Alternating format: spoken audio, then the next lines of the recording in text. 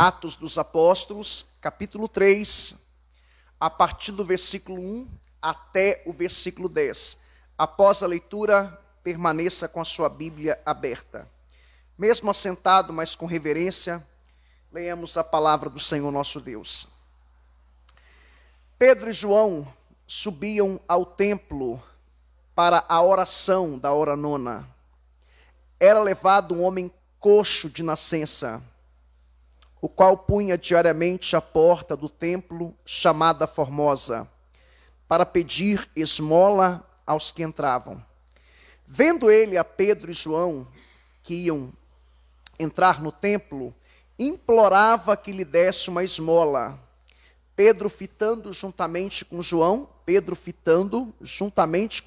disse: olha para nós. Ele os olhava atentamente, esperando receber alguma coisa. Pedro, porém, lhe disse: não possuo nem prata nem ouro, mas o que tenho, isso te dou. Em nome de Jesus Cristo, o Nazareno, anda. E tomando pela mão direita, o levantou imediatamente, os seus pés e tornozelos se firmaram, de um salto se pôs em pé, passou a andar e entrou com eles no templo, saltando e louvando a Deus.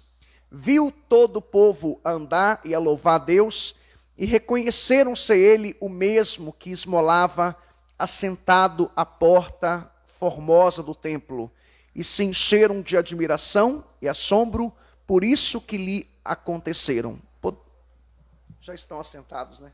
É força do hábito. Muito bem, meus irmãos, eu estive pensando num título para essa palavra, e me veio alguns títulos em mente, mas eu fui inclinado, eu tive um lampejo de Deus, né? Para esse título: não existe avivamento sem oração. Não existe avivamento sem oração. No verso 1, a gente vai ver Pedro e João, o texto diz que eles estavam indo para o templo para a oração da hora nona. A partir do verso 2, até o verso 6, a gente vai ver o poder do nome de Jesus. E depois, a partir do verso 7 até o verso 10, a gente vai ver a cura do coxo, que foi um testemunho irrefutável do poder de Jesus. Então, eu quero chamar a sua atenção para esse verso 1 aí. Olha só o que diz o verso 1. Pedro e João subiam ao templo para a oração da hora nona. Note você que a oração era prioridade na vida dos apóstolos. Os judeus, irmãos, eles tinham 3 momentos de oração: das 9 da manhã até as 10 da manhã, meio-dia até 1 da tarde, e 3 da tarde até as 16 horas. E nesses horários havia os sacrifícios diários no templo de Jerusalém. Para a gente conferir isso, abra sua Bíblia no Salmo 55, verso 17. Salmo 55, verso 17. Tem outras passagens, mas eu escolhi somente essa. Olha o que diz Salmo 55, verso 17.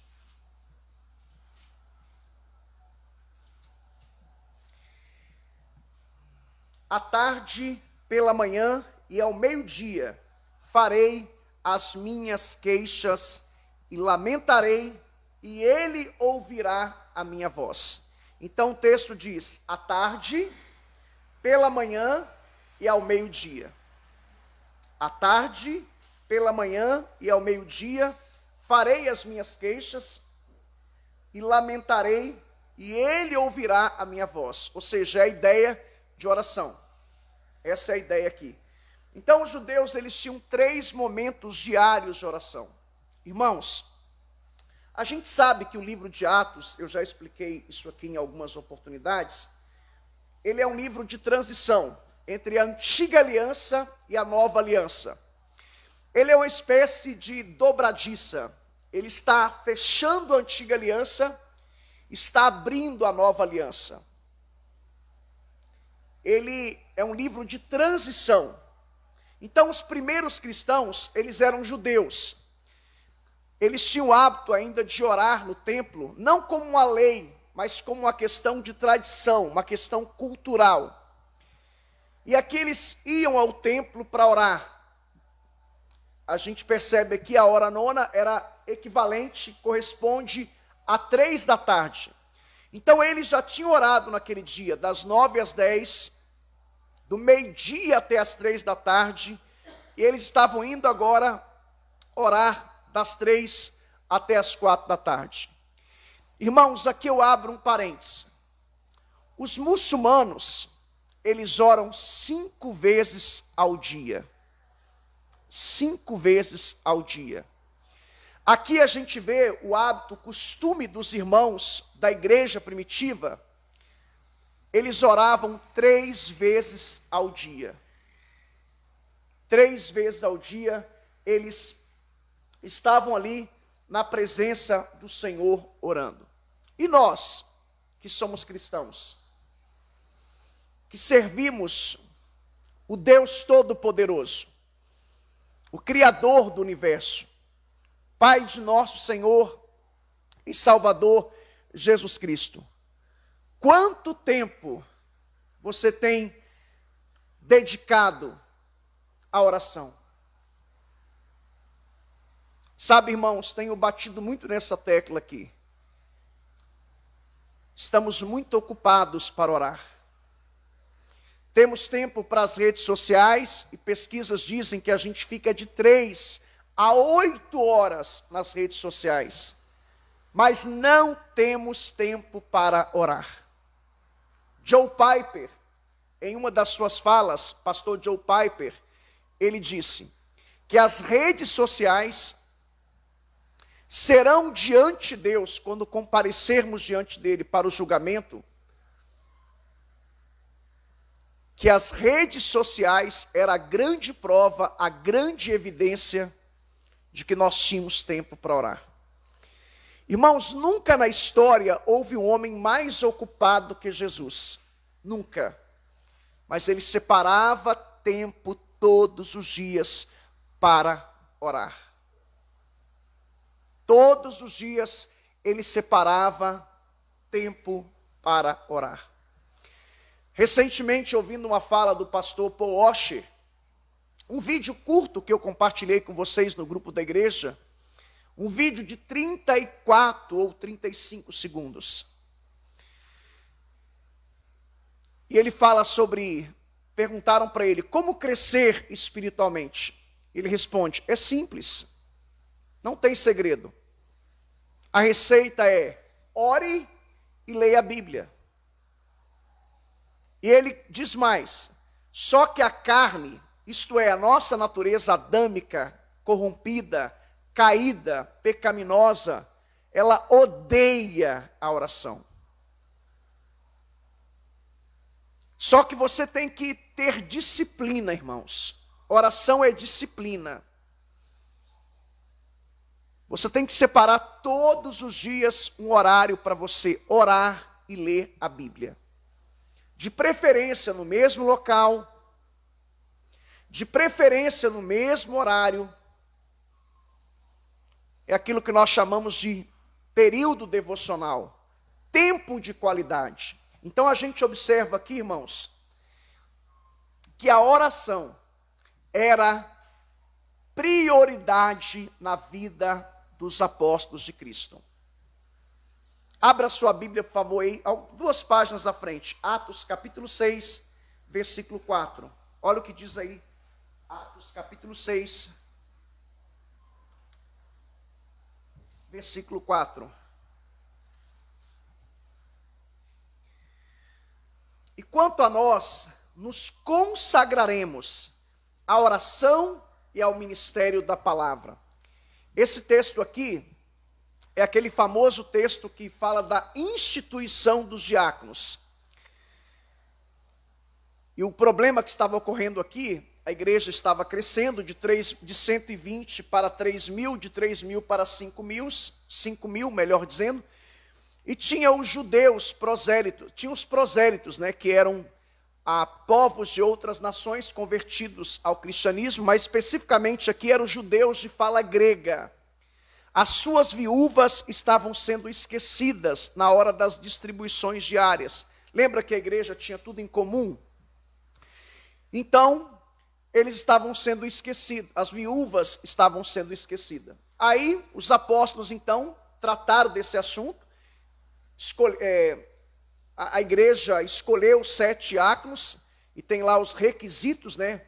Cheios do Espírito Santo, cheios de sabedoria e de boa reputação. E os apóstolos, então, disseram: quanto a nós, apóstolos, nós vamos perseverar na oração e na palavra. Ou seja, esse é o nosso trabalho. Nós vamos nos dedicar à oração e à palavra. Isto é, vamos orar e vamos ter um tempo para nos relacionarmos com o nosso Deus e vamos ensinar a palavra de Deus. Irmãos, perguntaram certa feita a Charles Spurgeon qual era o segredo do sucesso de seu ministério. Sabe o que ele respondeu? Ele diz: eu trabalho de joelhos. Eu trabalho de joelhos. E ele disse mais: meu lugar santo de oração vale mais do que toda a minha biblioteca. Charles Spurgeon foi um grande homem de Deus. Viveu no século XIX. Essa foi a resposta dele. Qual é o segredo? Ele é considerado o príncipe dos pregadores. Qual é o segredo do seu ministério? Charles Haddon Spurgeon. Ele respondeu: o meu segredo é que eu trabalho de joelhos. Alguém já disse, irmãos, quando nós trabalhamos, nós trabalhamos. Mas quando nós oramos, Deus trabalha. Deus trabalha. E ele diz: meu lugar santo de oração vale mais do que toda a minha biblioteca. Ou seja, a minha biblioteca é importante? É. Mas o meu lugar santo, isto é, o lugar que eu me encontro com Deus todos os dias, vale mais do que toda a minha biblioteca. David Bryan, ele era genro de Jonathan Edwards. Ele foi um grande homem de Deus. Ele morreu apenas com 29 anos. Ele tem um livro, eu tenho o livro dele, a biografia de David Bryan. Talvez a minha pronúncia não esteja muito correta. Ele morreu apenas com 29 anos.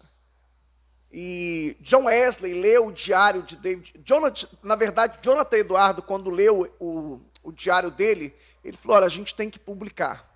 Aí depois, John Wesley, quando estava lendo o diário de David Bryan, ele disse: olha, depois da Bíblia, é o melhor livro, é um manual de oração. David Bryan tem uma frase dele que ele diz que 1 hora com Deus em oração é melhor do que qualquer outra coisa deste mundo. 1 hora com Deus excede todos os prazeres desse mundo. John Knox, irmãos, foi um grande homem de Deus. Ele viveu no século XVI, na Escócia. Só para vocês terem uma ideia, houve um período que a Escócia estava em guerra com a Inglaterra, e a rainha da Inglaterra disse: eu temo mais as orações de John Knox do que os exércitos da Escócia. Eu temo mais as orações de John Knox do que os exércitos da Escócia. E sabe qual era a oração diária de John Knox? Todos os dias, o seu clamor diário era: dar-me a Escócia para Cristo, senão eu morro. Dar-me a Escócia para Cristo, senão eu morro. A história registra que John Knox passava horas orando, 3, 4, até 5 horas por dia. claro que ele tinha outros propósitos, outros objetivos das suas orações, mas o tema central da sua oração, o seu pedido principal, era dar-me a Escócia para Cristo, senão eu morro. Irmãos, já observou que boa parte das nossas orações giram em torno da nossa família, da nossa igreja local, dos nossos sonhos, dos nossos projetos, das nossas ambições? Não que isso seja errado, mas é raro, não é comum você ver alguém orando ou pedindo oração por santificação. Perguntaram para R.C. Sproul, inclusive eu indiquei o livro dele para vocês, Somos Todos Teólogos. Esse livro é tão bom, irmãos, que eu li ele em apenas 10 dias. E agora eu estou relendo o livro, só que agora eu estou estudando o livro, de tão bom que ele é. E R.C. Sproul, ele tinha um programa diário de rádio, ele respondia perguntas. E ele disse que as perguntas que ele mais recebia, ele recebia diversas perguntas, mas a que ele mais recebia é: como descobrir a vontade de Deus para a minha vida? E ele diz, é simples. Ele cita um texto lá de 1 Tessalonicenses, ou 2, eu não me lembro o texto de cabeça aqui agora, e o texto diz que a vontade de Deus é que o povo de Deus se santifique. Ou que a igreja, não me lembro o versículo exatamente. Ele diz, está lá, irmãos, a resposta. É simples, você quer descobrir a vontade de Deus para a sua vida? Se santifique. Porque quanto mais você se santifica, você fica mais parecido com Cristo. Você fica menos semelhante a Adão e mais parecido com Cristo.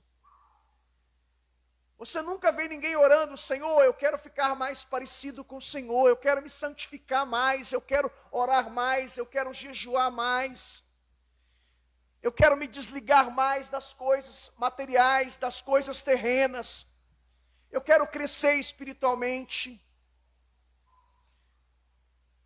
Eu quero voltar ao primeiro amor. Eu preciso de um despertamento espiritual. Eu preciso de um reavamento. Você não vê as pessoas orarem assim. Sabe, irmãos, esse ano eu e minha esposa vamos completar 25 anos de casado pela graça de Deus. A gente já participou de muitos encontros de casais, até ministramos em algumas oportunidades de forma eventual, esporádica. E já lemos muita coisa sobre o assunto, sobre o tema. Não que seja errado você fazer um encontro de casais, não é esse o ponto. Mas, depois de praticamente 25 anos de casado, praticamente 23 anos de ministério pastoral, vou completar agora dia 2 de maio, 23 anos de ordenação pela graça de Deus, 23 anos pastoreando. Irmãos, eu falo com autoridade. Nós não precisamos de encontro de casais. Nós precisamos de ter um encontro com a palavra de Deus. Porque se você tiver um encontro verdadeiro com a palavra de Deus, todas as áreas da sua vida será transformada. Seu casamento será um casamento abençoado. Vai se cumprir o que está em Hebreus. Seu leito será sem mácula, sem mancha. O que o texto de João diz, Evangelho de João, capítulo 8, verso 32. E conhecereis a verdade, e a verdade vos libertará. Encontro de casais na história da igreja é algo recente, irmãos. Já pensou você chegar na época de Paulo? Paulo, e aí, ministra o encontro de casais. Ok, vou ministrar um encontro para vocês. Abra sua Bíblia em Atos, capítulo 18, verso 10, por favor, e 11. Vou ministrar um encontro de casais para vocês aí da cidade de Corinto. Encontro de casais com o apóstolo Paulo. Atos 18, 10 e 11. Todos encontraram? Olha o que Deus disse para Paulo no verso 10, quando ele estava recém-chegado na cidade de Corinto. Porquanto eu estou contigo, Deus falando para Paulo, e ninguém ousará fazer-te mal, pois tenho muito povo nesta cidade. Agora o encontro de casais de Paulo. E ali permaneceu 1 ano e 6 meses, ensinando entre eles a palavra de Deus. Ensinando entre eles a palavra de Deus. Irmãos, tudo que nós precisamos está aqui. A Bíblia é um livro completo, suficiente para resolver todos os nossos problemas. Então, o que nós precisamos não é encontro de casais, não que seja errado, não que seja pecado, não é esse o meu ponto. Mas se você tiver um encontro com a palavra, todas as áreas da sua vida serão afetadas. Você vai ser transformado. Santifica-os na verdade. João 17:17. A tua palavra é a verdade. A tua palavra é a verdade. Romanos 10:17. A fé vem pelo ouvir, e ouvir a palavra de Deus. Então, meus irmãos, nós precisamos de ter um tempo com Deus de oração, e precisamos dar prioridade à palavra de Deus.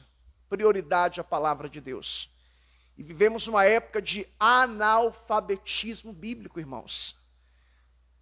Precisamos orar mais e ler mais a Bíblia. Agora chama a sua atenção para o segundo ponto. O poder do nome de Jesus, do verso 2 até o verso 6.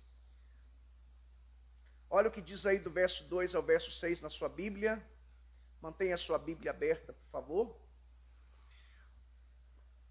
O texto diz: era levado um homem, ou seja, alguém o levava, provavelmente a sua família ou amigos. Esse homem era coxo, era um aleijado, um deficiente físico, o qual punha diariamente a porta do templo, chamada Formosa, era uma das portas do templo. O templo tinha várias portas, e ele tinha o átrio dos gentios e o átrio das mulheres, que era um anexo, e essas portas davam acesso ao templo de Jerusalém.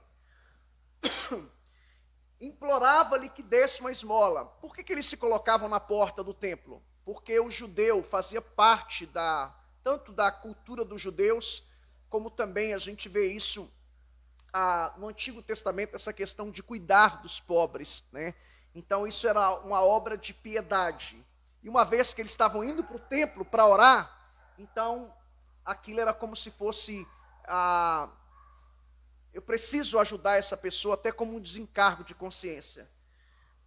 E o texto diz: vendo ele a Pedro e João, os dois apóstolos, que iam entrar no templo, implorava-lhe que desse uma esmola. Pedro olhou para eles, juntamente com João, e disse: olha para nós. Eles olhavam atentamente, esperando receber uma moeda, né, dinheiro. E Pedro e João disse para ele: não possuo nem prata nem ouro, mas o que tenho, isso te dou em nome de Jesus Cristo, o Nazareno, anda.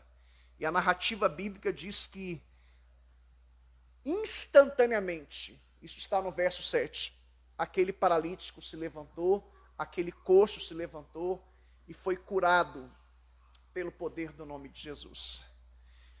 Mas isso foi o que, irmãos? Primeira coisa, uma vida de oração.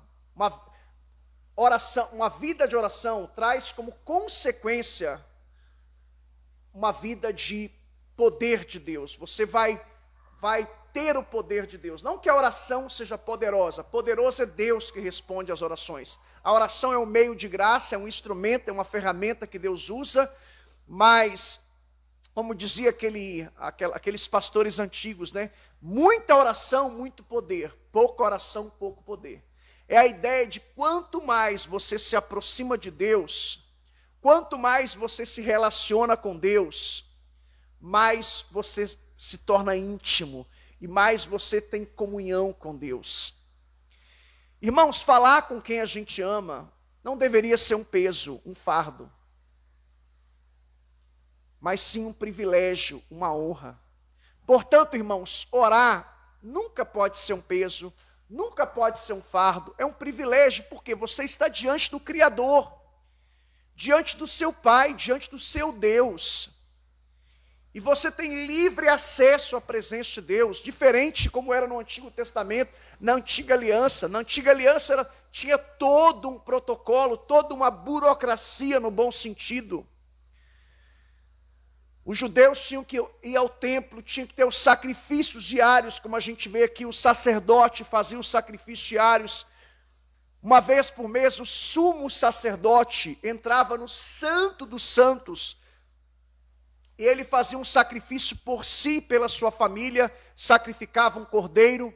Depois ele pegava 2 bodes, um bode era o sacrifício de todo o povo, ele era sacrificado ali, o sangue era derramado. O outro bode era o bode chamado bode expiatório, ele era como se ele levava o pecado do povo. E quando o sangue de um bode era derramado ali, no Santo dos Santos, e quando ele aspergia, ou seja, quando ele era derramado sobre a tampa do propiciatório, que era aquela tampa que ficava sobre a Arca da Aliança, quando ele era derramado ali, irmãos, era como se a ira de Deus se desviava e aquele sacrifício satisfazia Deus, e aquilo desviava, aplacava a ira de Deus.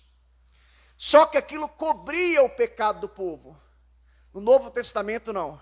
Jesus, uma única vez, conforme diz o autor de Hebreus, ele foi o nosso sacrifício perfeito, completo e absoluto.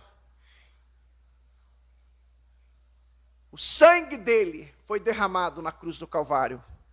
Tudo o que aconteceu no Antigo Testamento era símbolos, era sombras, apontava para a cruz, apontava para a vida, a obra e a morte, e a ressurreição e a ascensão de Cristo. Quando Cristo morre na cruz do Calvário, o véu se rasgou, o véu que separava o lugar santo do santíssimo lugar. Até o lugar santo o sacerdote podia ir, mas no lugar santíssimo, no santo dos santos, somente o sumo sacerdote. Agora o véu foi rasgado. E todos nós temos livre acesso e podemos entrar no Santo dos Santos, através de Jesus Cristo, pelos méritos de Cristo. Então, irmãos, vale a pena orar. E aqui, irmãos, do verso 2 até o verso 6, a gente vai ver a autoridade do nome de Jesus. Irmãos, um nome, todo nome, né? Ele envolve muito mais do que uma forma de identificação. O nome, ele implica essa questão de forma de você identificar alguém. Por exemplo, Samuel Chaveiro, Paulo da Sky, Pastor Fabiano Elias, Denilson Pintor, é uma forma de identificar a pessoa. O nome tem a ver com essa questão de identificação. Mas muito mais do que isso, o nome também implica autoridade, reputação e poder. A autoridade, se a pessoa tem autoridade, né, reputação e poder. Por exemplo, se essa ordem é legal, se essa ordem tem respaldo na Constituição, se você recebe uma ordem do prefeito aqui de Taubaté, como recebemos vários decretos, né, agora na pandemia. Se você recebe uma ordem do governador ou do presidente da República, nós que recebemos somos obrigados a obedecer. Por quê?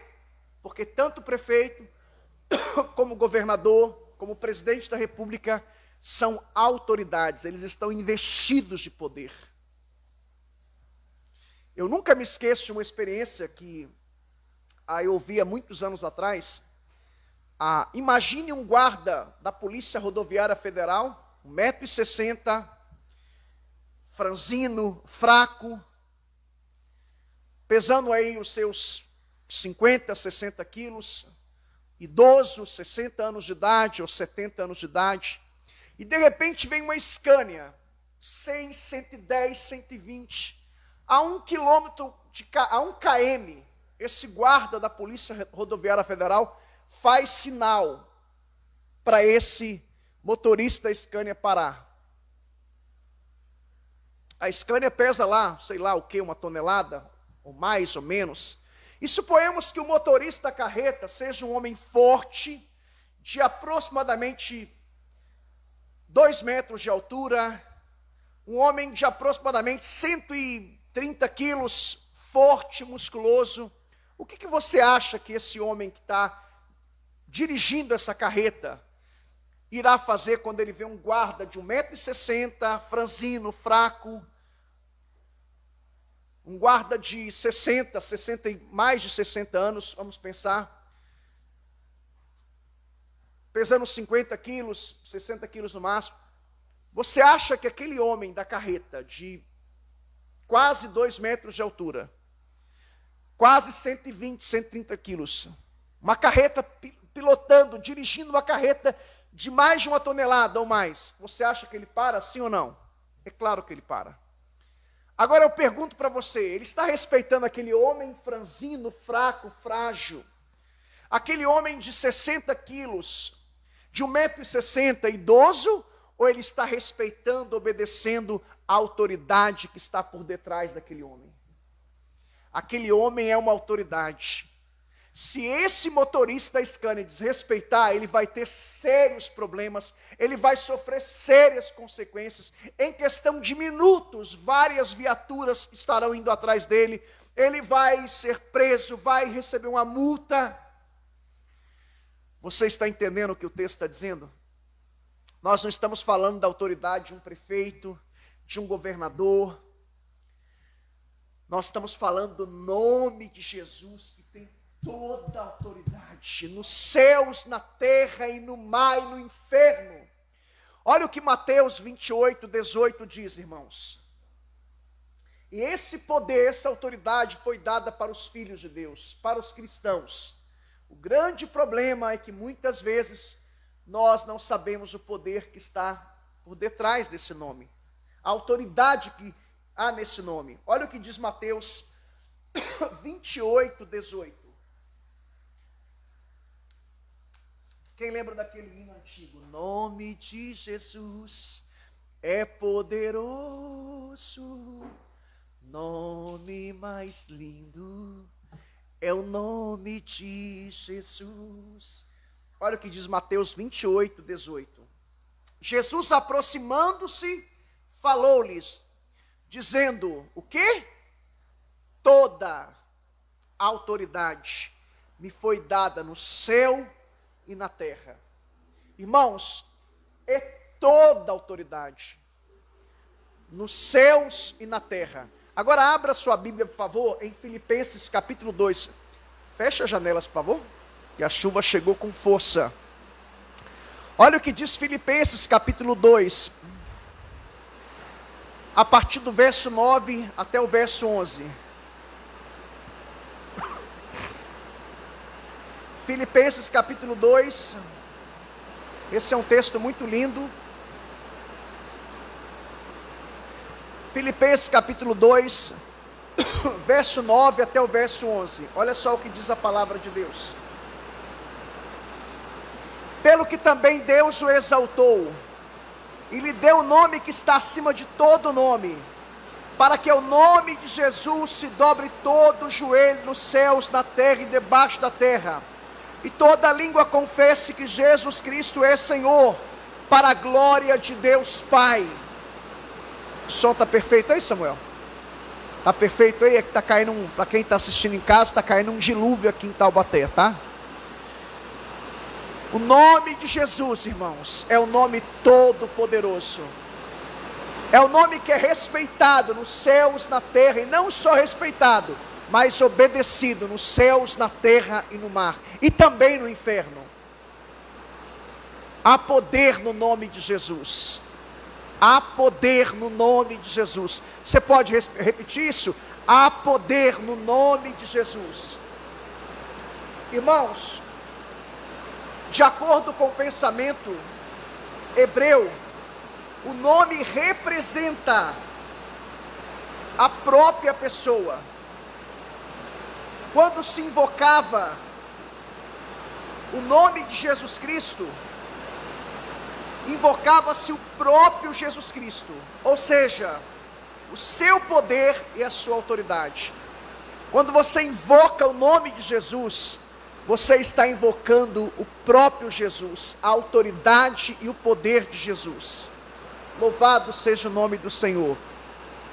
Irmãos, note vocês que o poder não estava em Pedro, tá? Pedro não curou ninguém. O poder estava no nome de Jesus. Porque esse nome é poderoso. Louvado seja o seu nome. Abra sua Bíblia em Colossenses 3,17, por favor. Colossenses 3,17. Olha só o que diz Colossenses 3,17. E tudo quanto fizestes, seja em palavra, seja em ação, fazei-o em nome do Senhor Jesus, dando por ele graças a Deus Pai. Por isso que toda oração, ela tem que ser dirigida ao Deus Pai em nome de Jesus. Toda oração, irmãos. 1 Timóteo 2,5 diz que há um só mediador entre nós e Deus, a saber, Jesus Cristo. Jesus diz: eu sou o caminho, a verdade e a vida, e ninguém vem ao Pai senão por mim. É muito comum, você já deve ter visto isso, os crentes orarem em nome do Pai, do Filho e do Espírito Santo. Essa oração você só vai encontrar na bênção apostólica e no batismo. Você não vai encontrar em nenhum outro lugar do Novo Testamento. Portanto, não é correto orar em nome do Pai, do Filho e do Espírito Santo. Não tem base, não tem respaldo bíblico. Os únicos lugares que você vai encontrar é no batismo, ou seja, nós te batizamos em nome do Pai, do Filho e do Espírito Santo, e na bênção apostólica, e a graça do Senhor Jesus, o amor de Deus e a comunhão do Espírito Santo. Qual que é o padrão do Novo Testamento? O que a gente encontra nas páginas do Novo Testamento? Toda oração era dirigida ao Deus Pai em nome de Jesus. Há um só mediador entre nós e Deus, a saber, Jesus Cristo.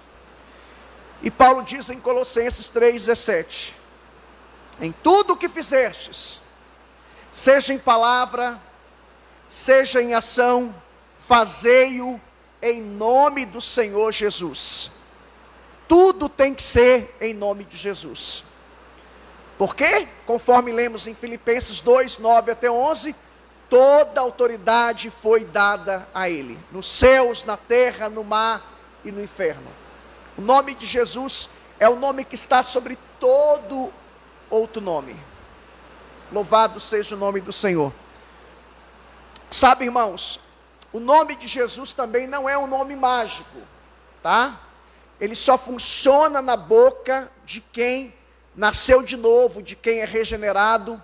Abra sua Bíblia, por favor, em Atos 19, versículo 13, até o versículo 16. Olha o que diz aí Atos, capítulo 19, versículo 13. Os irmãos estão me ouvindo bem? Sim, né?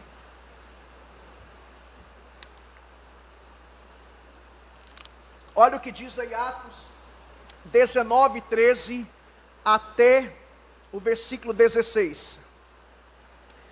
E alguns judeus, exorcistas, ambulantes, tentaram invocar o nome do Senhor Jesus sobre possessos de espíritos malignos, dizendo: esconjuro-vos por Jesus, a quem? A quem Paulo prega. Os que faziam isto eram 7 filhos de um judeu chamado Cefas, sumo sacerdote. Mas o espírito maligno lhes respondeu: conheço a quem? Conheço a Jesus. E bem sei quem é Paulo, mas vós quem sois? Olha o verso 16. Olha o que aconteceu com esses 7 filhos de Cefa, que era um sumo sacerdote naquela época. Olha o que o texto diz no verso 16. E o possesso do espírito maligno saltou sobre eles, subjugando a todos, e de tal modo prevaleceu contra eles, que desnudos e feridos fugiram daquela casa. Eles foram subjugados. E qual foi? Eles foram expulsar, né? Paulo estava na cidade de Éfeso, Deus estava realizando milagres por intermédio das mãos de Paulo. Eles então, filhos de um sumo sacerdote, vamos expulsar demônios. Eram judeus, conforme diz o texto, né? Vamos expulsar os demônios. Em nome de Jesus que Paulo prega. Qual foi a resposta dos demônios? Nós conhecemos a Cristo e bem sabemos quem é Paulo. Quem são vocês? Nós não conhecemos vocês. Irmãos, lendo esse texto eu me pergunto, será que os demônios me conhecem? Será que os demônios te conhecem? Ou será que eles vão dar essa resposta? Eu sei quem é Cristo, bem sei quem é Paulo, mas não conheço você. Não sei quem é você.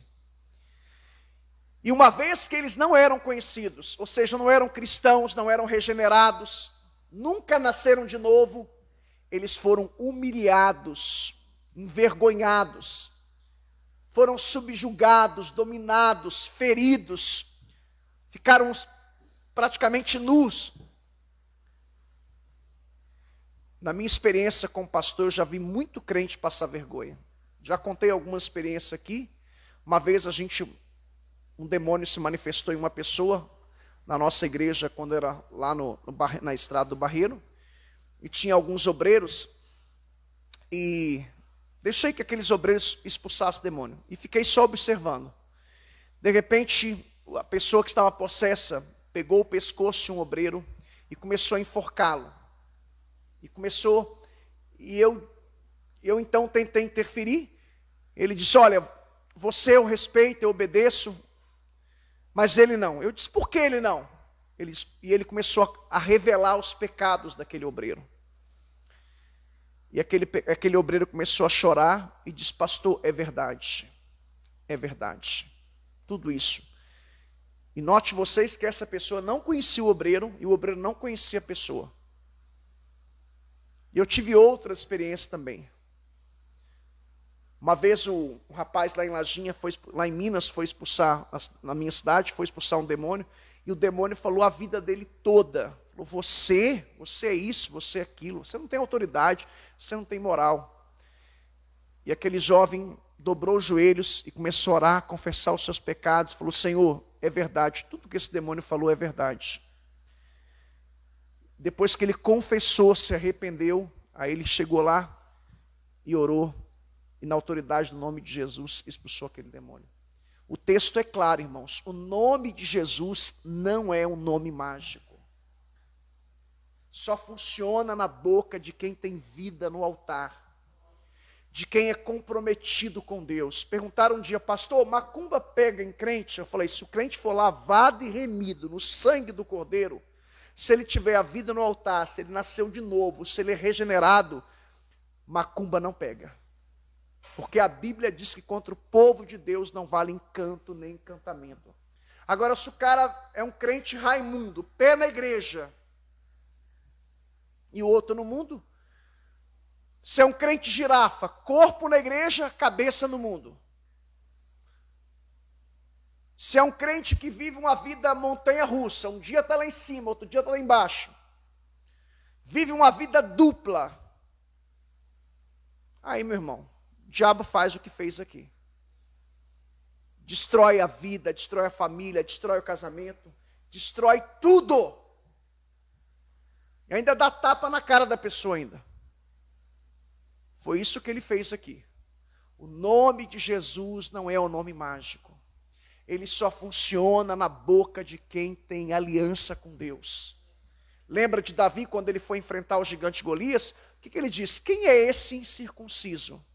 Circuncisão era o pacto de Deus com o povo de Israel, para afrontar o exército do Deus vivo. Irmãos, se você tem aliança com Deus, quando você chegar para expulsar demônio, seja qualquer coisa na autoridade do nome de Jesus, Ele vai dizer, olha, bem sei quem é você. Conheço o seu Cristo e conheço a você. Os filhos de Cefas foram envergonhados e humilhados. Eu conheço a Cristo, bem sei quem é Paulo, mas nós não conhecemos vocês. E eles foram subjugados e humilhados. Tem muita gente hoje que está como os filhos de Cefa. Estão sendo subjugados, dominados, envergonhados, humilhados em áreas específicas. Por quê? Porque acha que o nome de Jesus é um nome mágico. Só lembra dele quando a barriga está vazia. Só lembra dele quando o mundo desaba. Você está achando que Deus é bobo? A Bíblia diz que Deus não se deixa escarnecer, irmãos. Sabe, irmãos, uma vez que Pedro conhecia o poder que estava por detrás do nome de Jesus, e ele conhecia o poder daquele nome, Pedro não hesitou em invocá-lo.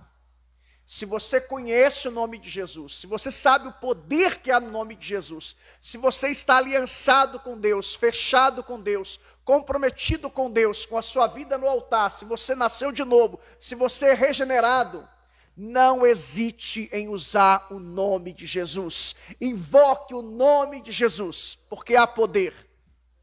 Há poder no nome de Jesus. Há poder no nome de Jesus. Louvado seja o nome de Jesus. E para a gente concluir, irmãos, verso 7 até o verso 10, a gente não vai ler.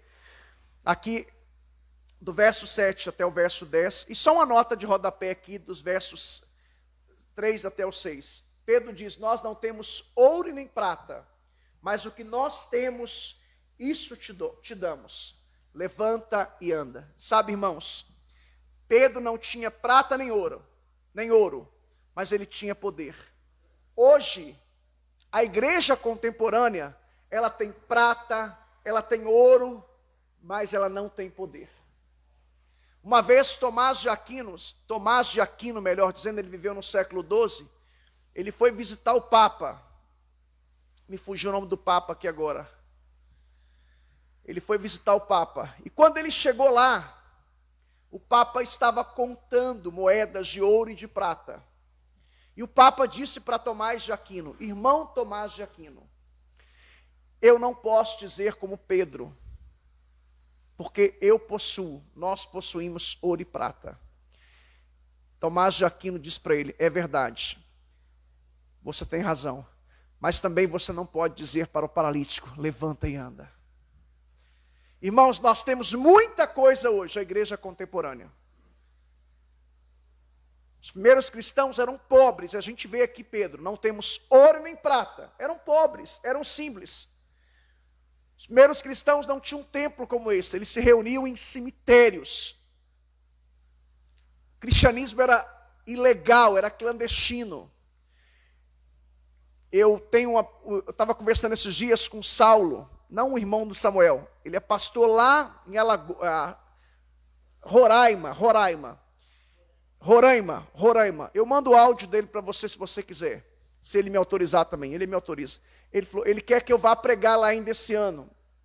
A igreja deles vão pagar minha passagem e tal. E ele foi nossa ovelha nos Estados Unidos. Ele é uma pessoa bem sucedida. Ele falou, pastor, eu estou pastoreando. E ele deu detalhes. As pessoas andam de 10 a 15 quilômetros a pé, para vir à igreja. Eu queria ver que o senhor pode... Aí ele é muito humilde. Se a irmã Suzy libera o senhor ficar uma semana com a gente aqui. Falei, irmã Suzy, libera. Eu vou sim. A gente está combinando uma data esse ano, no início do próximo ano, para ficar uma semana lá só ministrando a palavra de Deus. E ele me disse, pastor, as pessoas aqui andam de 10 a 15 quilômetros a pé para vir à igreja. A gente está vendo lá na Ucrânia, irmãos, o pau está quebrando. Bomba para lá, bomba para cá. E a igreja ucraniana está de joelhos, está tendo culto normal. Houve um tsunami na Indonésia e os cristãos orando, jejuando, participando de cultos. Eu vi um dia na China não, em um país aí, uma enchente, a igreja com água até no joelho e o povo cultuando a Deus. Os primeiros cristãos, eles se reuniam em cemitérios. E nós, irmãos, muitas vezes não valorizamos o que temos. Temos ouro, temos prata, temos muita coisa. Comemos do bom e do melhor, mas nos falta poder. Sabe por quê? Porque os primeiros cristãos, eles oravam horas e parecia que oravam minutos. Nós oramos minutos e parece que oramos horas. Precisamos orar. Se você quer o poder de Deus na sua vida, se nós queremos o poder de Deus na nossa igreja, se nós queremos um reavamento para a nossa igreja, para a nossa pátria, a solução do Brasil não está em Bolsonaro, não está em Lula, não está em Ciro, não está em Dória, não está em Sérgio Moro, está na oração da igreja. Vejamos, se não vejamos os primeiros cristãos, aonde eles chegavam, o evangelho transformava, impactava. E hoje no Brasil, temos os políticos mais caros e mais corruptos do Brasil. Todos os partidos políticos do Brasil, sem exceção, defendem pautas anticristãs. Uns mais, outros menos, mas todos. A solução para o nosso país está na pessoa bendita e maravilhosa de Jesus Cristo. A Bíblia diz, feliz a nação cujo Deus é o Senhor. A Bíblia diz, pede às nações por herança, e eu as darei. Precisamos orar, irmãos, para que o Evangelho possa fazer o que ele fez lá na cidade de Éfeso, a capital mundial do ocultismo e da feitiçaria. A Bíblia diz que as pessoas confessavam os seus pecados publicamente e denunciavam as suas obras. Seus livros de magia, de ocultismo, de feitiçaria eram queimados publicamente. Ao ponto de Demétrio, que era o líder do sindicato lá de Éfeso, ele fez uma reunião porque o cristianismo estava levando a religião da deusa Diana à falência. Está lá em Atos 19, só você ler na sua casa. Porque aonde o verdadeiro evangelho chega, mudanças acontecem. E hoje o que a gente vê no Brasil, somos 30% de evangélicos. Somos aproximadamente 50 milhões de evangélicos. Que evangelho é esse que não muda, que não transforma? Somos o país da impunidade, da corrupção e da bandidagem. E da pilantragem. Certamente não é o verdadeiro evangelho. E Paulo falou sobre isso em Gálatas de um outro evangelho, que é o falso evangelho. Porque se o verdadeiro evangelho chegar, aonde o verdadeiro chega, o falso tem que sair. Aonde a verdade chega, a mentira tem que sair. Aonde a luz chega, as trevas têm que sair. Aonde Deus chega, o diabo tem que sair. E para isso, irmãos, a igreja brasileira, Deus precisa colocar a igreja brasileira de joelhos. A gente vê muita oba-oba, muito ajuntamento, muito entretenimento, mas pouco quebrantamento. Nossos olhos estão enxutos, nosso coração está duro demais. Precisamos orar, irmãos. E para concluir, note vocês que esse homem que era colocado à porta do templo todos os dias, que era um homem conhecido de todos, isso está em Atos 4, 22. Quando ele foi curado, irmãos, quando ele pôde caminhar, o primeiro lugar para onde ele se dirigiu foi o templo para louvar a Deus. Quando ele recebeu o seu milagre, a sua cura, o texto diz aí de Atos capítulo 2, de um salto se pôs em pé, passou a andar, entrou com eles no templo, saltando e louvando a Deus. E todo o povo viu andar e a louvar a Deus. E reconheceram-se ele mesmo, que pedia esmola todos os dias. O primeiro lugar para onde esse homem se dirigiu foi o templo para louvar a Deus. Isso fala de gratidão, irmãos. Muitas vezes a gente é ingrato. Lembra de uma época que tudo que tinha culto de gratidão, culto de ação de graça, o cara recebia um aumento de salário, culto de ação de graça. O camarada recebia uma bênção, uma vitória, culto de ação de graça. E hoje, parece que virou uma coisa fora de moda, né? Recebeu um aumento de salário, recebeu uma bênção, um carro novo, uma casa nova, o que ele faz? Vai para Ubatuba, não que seja errado ir para Ubatuba. Vai viajar, vai comemorar com os amigos. Não que seja errado viajar para Ubatuba, não que seja errado comemorar com os amigos, mas a primeira coisa que deve ser feita, olha o que esse homem fez. Ele foi ao templo para louvar a Deus. Deus está te abençoando, está te prosperando, está te dando vitórias. Adore a Ele. Se humilhe mais, dependa mais dEle. Vá para o templo. Esse homem aqui foi curado, recebeu um milagre, mais de 40 anos, está em Atos capítulo 4, versículo 22, mais de 40 anos sofrendo.